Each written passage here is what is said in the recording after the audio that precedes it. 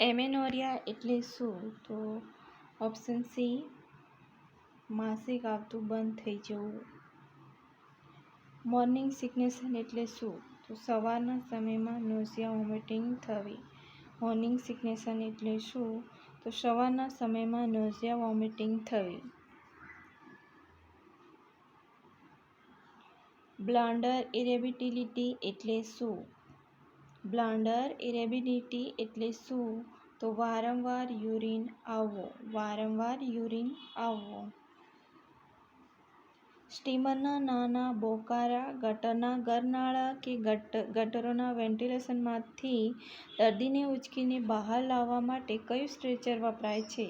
તો option C જવાબ આવશે નીલ રોબર્ટસન સ્ટ્રેચર. નીલ રોબર્ટસન સ્ટ્રેચર. નેક્સ્ટ ક્વેશ્ચન, વારે ઘડીએ એબોર્શન થાય તેને શું કહેવાય છે?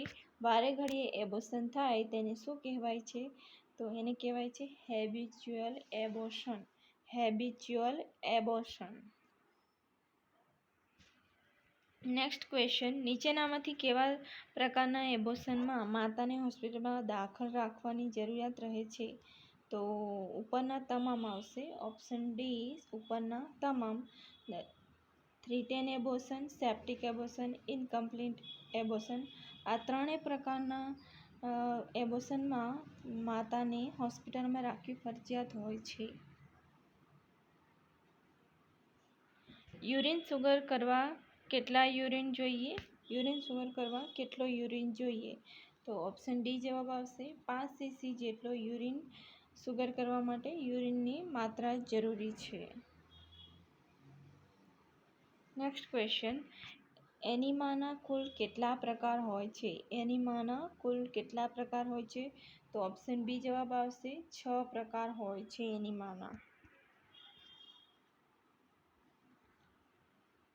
પુખ્ત વ્યક્તિનું નોર્મલ સિસ્ટોલિક બ્લડ પ્રેશર કેટલું હોય છે? તો ઓપ્શન સી જવાબ આવશે 120 સિસ્ટોલિક બ્લડ પ્રેશર હોય છે.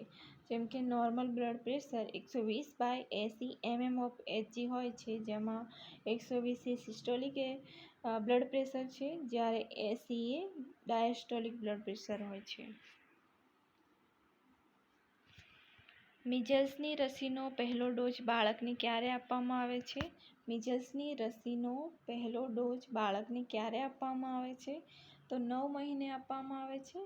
સાથે સાથે ઓરીની રસી સાથે વિટામિન એનો પ્રથમ ડોઝ આપવામાં આવે છે, જે 1 લાખ ઇન્ટરનેશનલ યુનિટ આપવામાં આવે છે.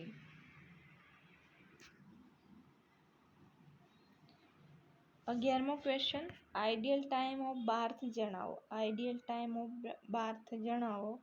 તો આમાં ઓપ્શન ડી આવશે મોર્નિંગ ટાઈમ.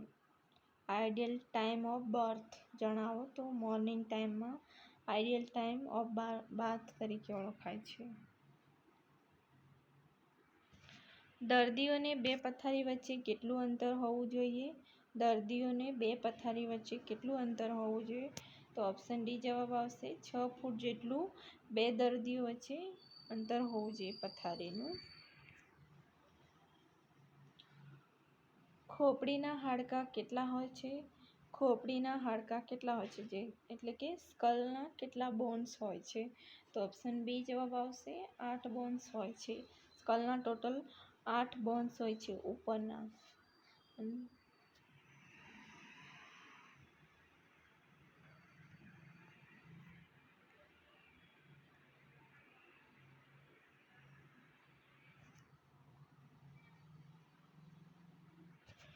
પુખ્ત વયની વ્યક્તિનું નોર્મલ ટેમ્પરેચર કેટલું હોય છે?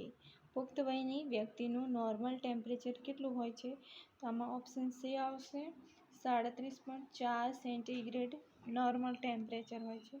37.4 સેન્ટીગ્રેડ પુખ્ત વયની વ્યક્તિનું નોર્મલ ટેમ્પરેચર હોય છે. લાસ્ટ ક્વેશ્ચન, વિટામિન્સના કેટલા પ્રકાર હોય છે? વિટામિન્સના કેટલા પ્રકાર હોય છે? તો ઓપ્શન ડી જવાબ આવશે 2 પ્રકાર હોય છે. અને કયા કયા? તો વોટર સોલ્યુબલ અને ફેટ સોલ્યુબલ વિટામિન્સ હોય છે. જે વિટામિન્સના 2 પ્રકાર છે.